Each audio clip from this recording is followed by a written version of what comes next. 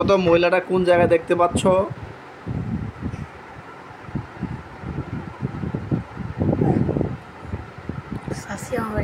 তোমার চাচি আমার বাড়িতে। আচ্ছা, তোমার চাচি আমার বাড়িতে একজন মহিলা আছে। আচ্ছা, তুমি কি এর আগে একে কোনোদিন স্বপ্নে টপ্নে দেখছিলে? দেখো নাই? এর আগে কোনো দিন স্বপ্নে দেখো নাই? আচ্ছা, ওনাকে প্রশ্ন করো কেন আসছো আমার কাছে। প্রশ্ন করো কেন আসছো আমার কাছে। কি বলতেছে কেন আসছে?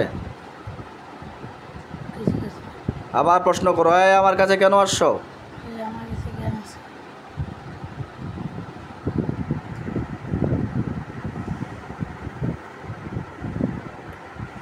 কি বলে কেন আসছে?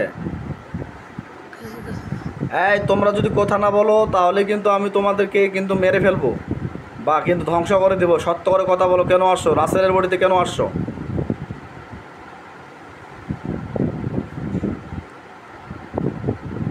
কথাগুলো অন্তর ভেতর ভাসে ভাসে আসে, কেন আসছে বলতেছে।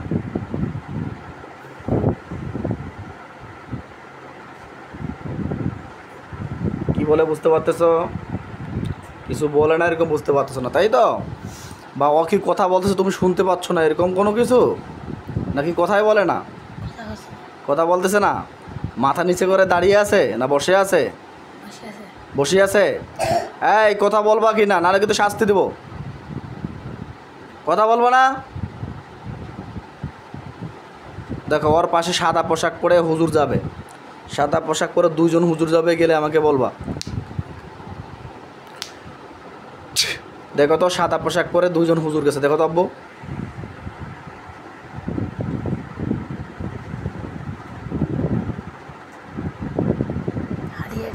হাঁটি হাঁটি যাচ্ছে। সালাম দাও ওনাদেরকে। সালাম নিয়েছে। হুজুরকে জিজ্ঞাসা করো, হুজুর আমার পিছনে আর কয়জন আছে?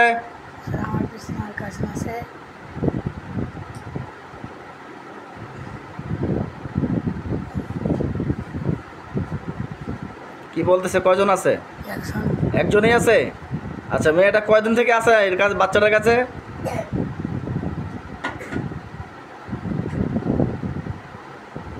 কতদিন থেকে আছে দেখেন তো।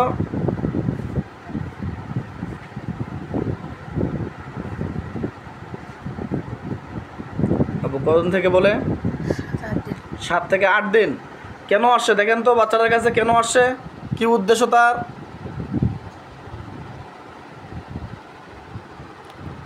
দেখেন তো কি উদ্দেশ্য তার, কেন আসছে?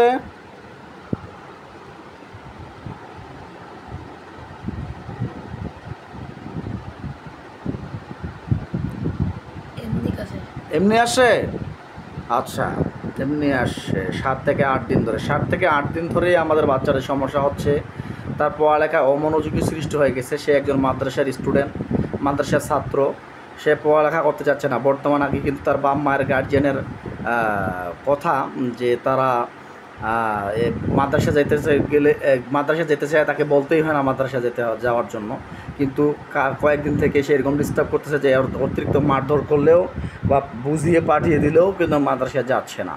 তো আমরা এখন রুকিয়া করে দেখলাম যে বাচ্চাটার কী সমস্যা। দেখলাম যে বাচ্চাটার পিছনে আশিক জিন্নাতের লক্ষণ, বা জিন্নাত হয়তো কোনো বিধর্মী জিন্নাত হতে পারে। কোন ধর্মে তোমরা? জিজ্ঞাসা করো, হজরত জিজ্ঞাসা করতে পারবো যে কোন ধর্মের জিন দেখেন তো, মুসলিম নাকি ও মুসলিম? হ্যাঁ, নামাজ পড়ছে। হুজুররা কি নামাজ পড়ছে? তাহলে কে নামাজ পড়ছে? ও মহিলাটা নামাজ পড়তেছে, তাহলে তো মুসলিম ধর্মেরই। আচ্ছা, তাহলে ঠিক আছে ইনশাআল্লাহ।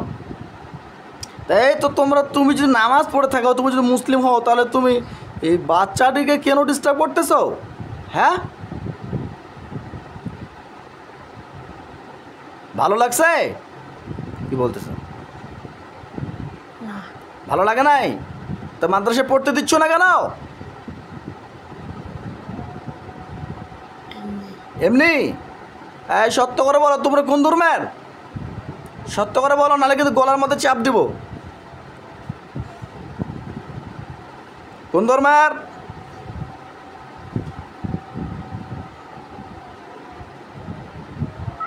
প্রশ্ন কর, তুমি কোন ধর্মের? হিন্দু না মুসলমান? নাকি খ্রিস্টান নাকি বৌদ্ধ, কোন ধর্মের? মুসলিম। আচ্ছা, এখন তোমরা কি চাচ্ছ, বাচ্চাদের কাছ থেকে চলে যাবে কি না? হ্যাঁ, বাচ্চাদের কাছ থেকে চলে যাবে কিনা বলো। কি বলতে চাবো? যাবে না বলতেছে। কেন যাবে না বলো, কেন যাবে না বলো, বলো কেন যাবে না?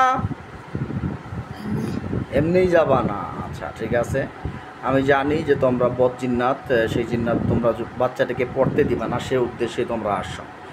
তাহলে আমাদের হুজুরা কি ওর কাছে দাঁড়িয়ে আছে? দাঁড়িয়ে আছে?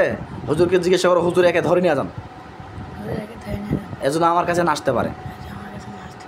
হুজুর ওদেরকে ধরে নিয়ে বন্দি করে রাখেন সারা জীবনের জন্য, আর যদি না আসতে পারে, কারণ বাচ্চাটিকে পড়তে দিচ্ছে না।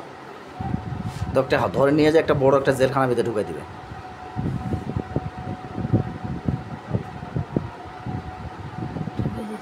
নিয়ে গেছে, একটা বড় জেলখানার ভিতরে ঢুকে দিছে। আচ্ছা হুজুর, একটু চিরুনি তল্লাশি দেন তো, আর কেউ আছে কি না?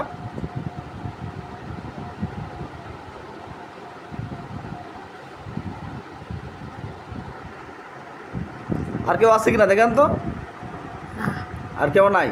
ছেলেটা শরীরে কোনো জাদু করছে নাকি জিন্নাতটা, দেখেন তো।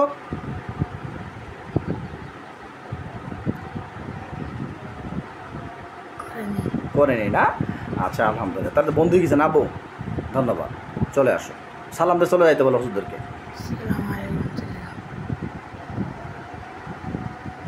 চলে গেছে? ইনশাআল্লাহ, জাযাকাল্লাহ। চোখ খুলে দাও।